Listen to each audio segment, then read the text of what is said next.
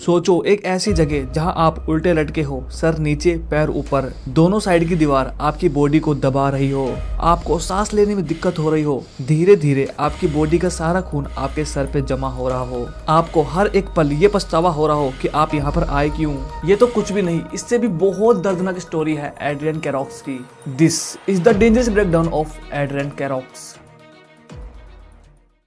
देखो, हम बात कर रहे हैं फ्रांस की। फ्रांस का एक इलाका है आर्डेज। यहाँ के जमीन के नीचे पठारों में कई गुफाएं फैली हुई हैं, लेकिन एक गुफा ऐसी भी है जिसके बारे में आपको ऑफिशियल मैप में भी ढंग से डिटेल नहीं मिलेगा, और इस केव का नाम है ब्रूमक्लिफ केव।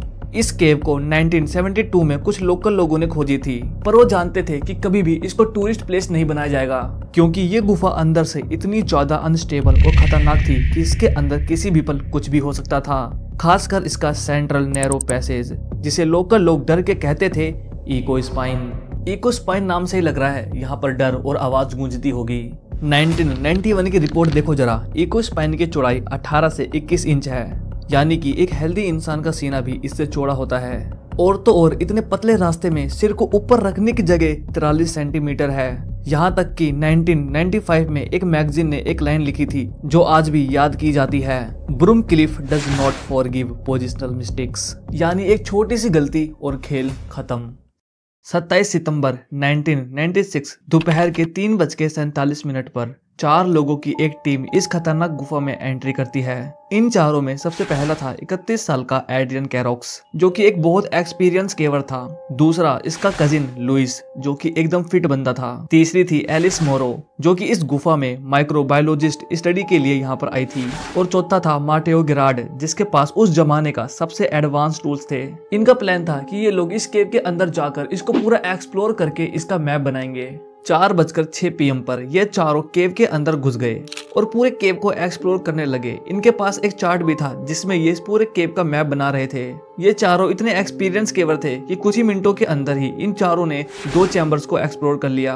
लेकिन जैसे ये लोग तीसरे चैम्बर में पहुंचे, टेम्परेचर 11 डिग्री सेल्सियस से 8 डिग्री सेल्सियस पर गिर गया। केव के अंदर हल्की हल्की फॉग बनने लग गई। ये इनके लिए एक अनएक्सपेक्टेड चीज था। इन्होंने सोचा भी नहीं था कि केव के अंदर कुछ ऐसा हो जाएगा। एलिस ने अपने दोस्तों से कहा कि केव के अंदर फॉग बन रहा है, हमें शायद आगे नहीं जाना चाहिए। लेकिन उसके तीनों दोस्तों ने कहा कि नहीं, आगे चलते हैं, जब हम बाहर वापस आएंगे तब तक फॉग खत्म हो चुका होगा। इसीलिए अब ये चारों केव के और अंदर घुसते जा रहे थे। थोड़ी देर तक चलने के बाद अब इनके सामने आता है वो तंग रास्ता, जिसे लोग डर के कहते थे इको स्पाइन।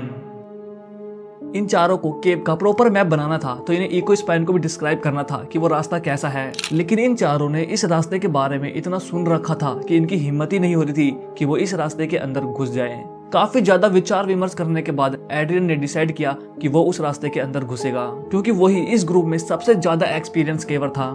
रास्ते के अंदर घुसने से पहले उसने अपना हेलमेट उतार दिया, क्योंकि रास्ता इतना पतला था कि अगर वो हेलमेट पहन के अंदर जाता तो उसे बहुत ज्यादा प्रॉब्लम होती।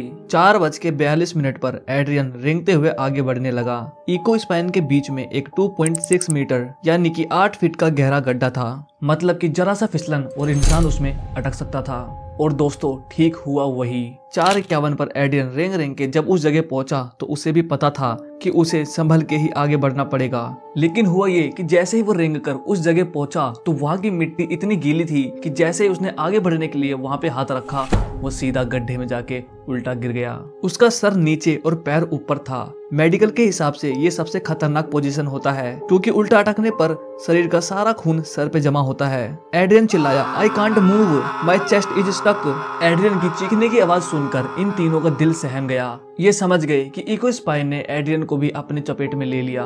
गिरार्ड एड्रियन को बचाने की बहुत कोशिश करता है, यहाँ तक कि वो उस रास्ते के अंदर घुसने की भी कोशिश करता है, लेकिन वो उस रास्ते के अंदर नहीं घुस पाता। हुआ ये कि एड्रियन जब जबरदस्ती उस रास्ते के अंदर घुसने की कोशिश कर रहा था तो काफी ज्यादा जोर लगाने की वजह से रास्ते के ऊपर के कुछ पत्थर नीचे गिर गए, जिस वजह से ये रास्ता अब 17 इंच का हो गया था। लुइस समझ गया कि एड्रियन की जान खतरे में है, इसीलिए वो तुरंत भागकर 17 मिनट के अंदर ही केव से बाहर निकल गया और तुरंत ही रेस्क्यू टीम से कांटेक्ट किया। लेकिन दोस्तों, सबसे बड़ी प्रॉब्लम तो ये हुई कि उस दौरान आर्डेज की अधिकतर टीम दूसरी जगह एक और इंसान को रेस्क्यू करने में बिजी थी। जब उन्हें एड्रियन के बारे में पता चला कि वो ब्रूमक्लिफ केव के अंदर इको स्पाइन रास्ते के अंदर फंस गया है। तो आरडेच की सबसे फेमस और सबसे कुशल rescue team SSF Speleo Secours Francais rescue team वहां के लिए निकल गई, बट उन्हें ब्रूम क्लिफ केव तक पहुंचने में 40 मिनट लग गए। जब रेस्क्यू टीम केव के अंदर जाकर एड्रियन की सिचुएशन को समझा तो इस रेस्क्यू टीम के लीडर ने बोल दिया कि एड्रियन को बाहर निकालना इम्पॉसिबल है, लेकिन इम्पॉसिबल को पॉसिबल बनाना ही तो इन रेस्क्यूअर्स का काम है। रेस्क्यूअर्स तुरंत ही रेस्क्यू में लग गए। इको स्पाइन रास्ते का इस पूरे इलाके में इतना खौफ था कि रेस्क्यूअर्स भी इसके अंदर जाने से डर रहे थे। रेस्क्यू टीम का लीडर जिस रेस्क्यूअर को इस रास्ते के अंदर घुसने के लिए कह रहा था, वो इस रास्ते के खौफ से पहले अपनी फैमिली से बात कर रहे थे और उन्हें बता रहे थे कि वो एक बहुत मुश्किल काम करने जा रहे हैं जिसमें उनकी जान भी जा सकती है। बट ये उन रेस्क्यूअर्स के लिए अच्छी बात कह लो या फिर एड्रियन के लिए बुरी बात कह लो, वो रेस्क्यूअर्स उस रास्ते के अंदर नहीं घुस पा रहे थे। एड्रियन को रास्ते में फंसे कई घंटे हो चुके थे। इस दौरान रेस्क्यू टीम ने अंदर जाने की भी कोशिश करी, रास्ता तोड़ने की भी कोशिश करी, यहाँ तक कि एड्रियन को सांस लेने में प्रॉब्लम ना हो इसीलिए एक वेंटिलेटर पाइप के जरिए उसको ऑक्सीजन पहुंचाया जा रहा था। लेकिन जैसे जैसे समय बीत रहा था उसकी आवाज धीमी होती जा रही थी। अब रात के 1 बज गए थे। रेस्क्यू टीम ने केव के बाहर ही कैंप डाल लिया और केव के बाहर टोटल 30 रेस्क्यूअर थे। रेस्क्यूअर ने इको स्पाइन रास्ते में एक रिकॉर्डर भी डाल दिया ताकि उन्हें एड्रियन की सांस की आवाज सुनाई दे। लेकिन फिर आया वो भयानक पल। रात के 1:36 के आसपास गुफा के अंदर प्रेशर शिफ्ट हुआ और इको स्पाइन की छत हल्की सी ढह गई।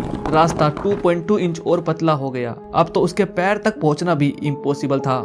जैसे जैसे टाइम बीत रहा था एड्रियन की पल्स धीमी होती जा रही थी।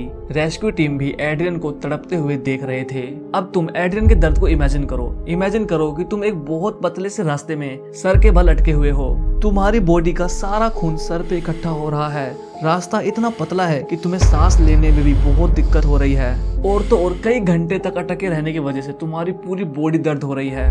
ये ऐसी सिचुएशन है कि तुम बोलोगे कि भाई मौत आए लेकिन ऐसा दर्द ना आए। सुबह के 7 बजे एड्रियन की पल्स और भी धीमी हो गई। एलिस उससे बात करने की कोशिश कर रही थी ताकि एड्रियन अपने दर्द पे ज्यादा ध्यान ना दे, बट एलिस एड्रियन को जो कुछ कह रही थी वो उसको सुन रहा था लेकिन उसका आंसर नहीं दे रहा था। फिर थोड़ी देर बाद एड्रियन ने अपनी आखिरी सांस लेने से पहले कहा, टेल माई डॉटर पापा ट्राइड। 42 घंटे तक रेस्क्यू टीम ने जान लगा दी, यहाँ तक कि उन्होंने माइक्रो ड्रिलिंग करने की भी कोशिश करी, लेकिन सुबह 10:42 पर रिकॉर्डर में उसकी आखिरी सांस सुनी गई और वो मर गया। केव का स्ट्रक्चर इतना ज्यादा खराब हो गया था कि एड्रियन की बॉडी गुफा से बाहर निकालना भी बहुत ज्यादा रिस्की था। इसीलिए रेस्क्यू टीम ने एक बहुत बड़ा फैसला लिया। उन्होंने डिसाइड किया कि वो एड्रियन की बॉडी गुफा में ही रहने देंगे। इसीलिए 5 दिन बाद अक्टूबर 1996 में इको स्पाइन पैसेज को हमेशा के लिए सील कर दिया गया। और तुम्हें पता है उस केव के आसपास के लोग बताते हैं कि जब भी वो लोग उस केव के पास से गुजरते हैं या वहाँ पर खड़े होते हैं तो उन्हें केव के अंदर से किसी की सांस लेने की आवाज आती है। उनका मानना है कि वो एड्रियन की आवाज आती है। वो आज भी उस केव के अंदर सांस ले रहा है एक आत्मा बन के। इस इंसिडेंट के बाद ब्रूम क्लिफ केव, जो कि पहले थोड़ा बहुत फेमस था, अब उसको पूरी तरह से बंद कर दिया। यहाँ तक कि अगर तुम इसे गूगल मैप पे ढूंढोगे तभी तुम्हें ये केव नहीं मिलेगा। इस इंसिडेंट से हमें सीखने को मिलता है कि रिस्क लेना अच्छी बात है, लेकिन जरूरी ये नहीं है कि हर रिस्क तुम्हें रिजल्ट ला के दे। एड्रियन ने भी मैप बनाने के लिए इको स्पाइन रास्ते में घुसने का रिस्क लिया, लेकिन इस रिस्क ने उसकी जान ही ले ली। आई होप तुम्हें ये वीडियो अच्छी लगी होगी। अगर वीडियो अच्छी लगी तो वीडियो को लाइक करके चैनल को सब्सक्राइब कर लो।